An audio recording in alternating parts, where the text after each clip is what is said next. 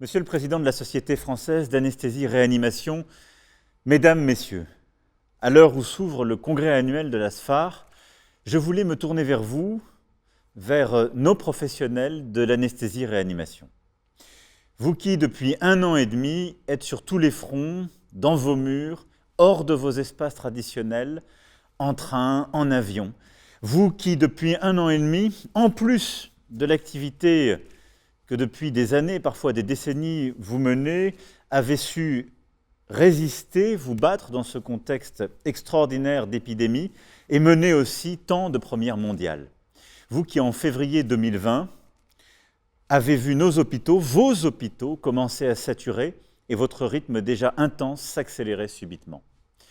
Il vous a alors fallu vous battre, vous adapter au jour le jour, improviser parfois.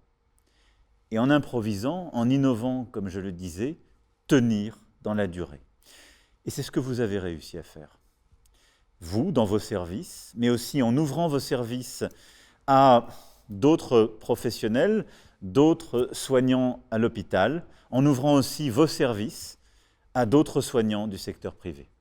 Vous avez su parer à l'urgence, en repensant radicalement vos organisations pour armer des lits de réanimation éphémères et réversibles, en sécurisant les prises en charge dans des lieux inédits, en coordonnant vos activités avec vos pairs sur tout le territoire, au fur et à mesure et de manière solidaire pour assurer les soins critiques là où étaient les besoins.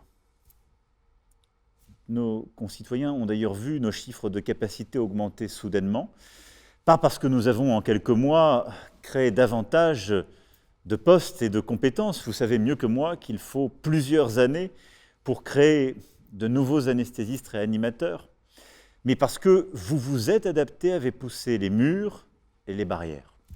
Avec une réactivité admirable, vous avez élaboré des protocoles de prise en charge innovants pour vos patients, en les évaluant, en diffusant aussi vos connaissances, et avec tout au long de la crise un seul objectif: tenir face à l'afflux de patients, assurer la qualité et la sécurité des soins, la pleine humanité des relations entre les patients et les familles, limiter au maximum les séquelles et sauver des vies. Vous avez guéri des centaines de milliers de malades et vous avez aussi vu mourir un trop grand nombre d'entre eux, hélas, en vous battant jusqu'à la fin, en essayant de donner le maximum de chance à chacun. Beaucoup d'entre vous sont allés prêter main forte dans d'autres hôpitaux, dans d'autres régions, parfois au bout du monde. Vous êtes sortis de métropole pour aider à endiguer la vague de variant Delta en Outre-mer, dans un magnifique élan de solidarité. Vous avez répondu par centaines à l'appel aux volontaires pour apporter sur place d'indispensables renforts, et vous y avez prodigué des soins et assuré des évacuations sanitaires sur des durées et des vecteurs inédits. Tout au long de cette crise, vous avez tenu bon, dans la fatigue, le doute, la tentation du découragement, pendant plus d'1 an et demi. Sans jamais oublier en chemin les patients atteints d'autres maladies aussi, en plus, comme toujours, si j'ose dire. Ce congrès de la SFAR qui s'ouvre est pour moi l'occasion de vous dire la fierté des Français envers leurs médecins, leurs soignants, et particulièrement envers vous, troupe valeureuse parmi les valeureux de l'anesthésie-réanimation. Vous avez été notre rempart. Cette fierté, vous la partagez autour de la singularité de votre métier. Vous exercez une spécialité plurielle en assurant tout à la fois les anesthésies, un domaine en pleine évolution, les réanimations chirurgicales, les prises en charge de la douleur et les urgences extra-hospitalières avec les SAMU. Cette polyvalence est une richesse que nous devons non seulement préserver, mais développer. Car c'est dans cette polyvalence que vous avez puisé les ressources de vous adapter, d'innover, d'assurer la continuité des soins tout au long de cette pandémie.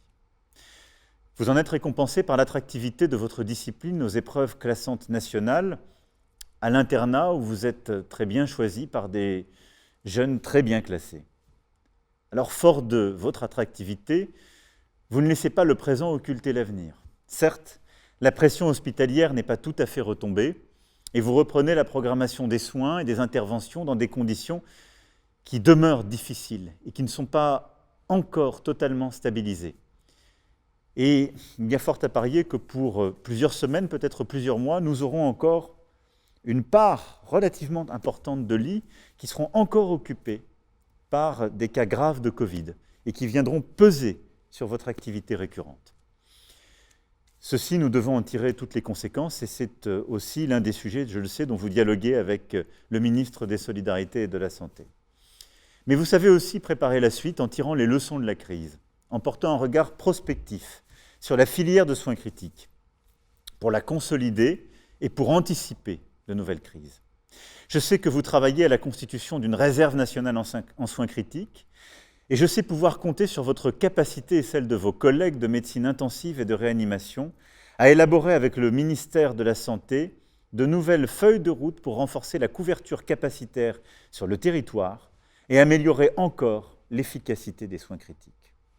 Former plus de jeunes anesthésistes réanimateurs, développer les formations et les compétences médicales et paramédicales, moderniser vos équipements, bâtir dans la durée l'attractivité de vos métiers pour attirer les meilleurs et les conserver tout au long de la carrière.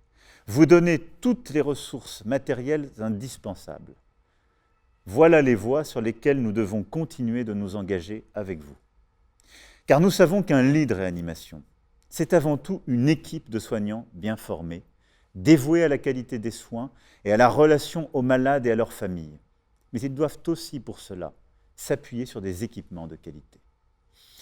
Ce congrès est également pour moi l'occasion de vous dire qu'à l'heure de la désinformation, des contre-vérités sur le Covid-19 ou ses vaccins, la rigueur de vos débats scientifiques est plus nécessaire que jamais. Oui, vous êtes une part active de la solidarité nationale, mais aussi des vigies qui apportent leur expérience clinique, leur expertise scientifique au cœur du débat public.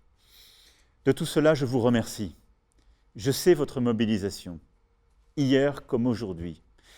Je sais les défis qui sont devant nous, et donc nous aurons toutes les leçons de la crise à tirer, dans le cadre du fameux Ségur qui a acté des investissements massifs. Mais derrière ces chiffres, ce sont des choix humains, des choix d'investissement dans les compétences, dans les carrières, dans les équipements qui sont à faire, et pour cela à discuter avec vous.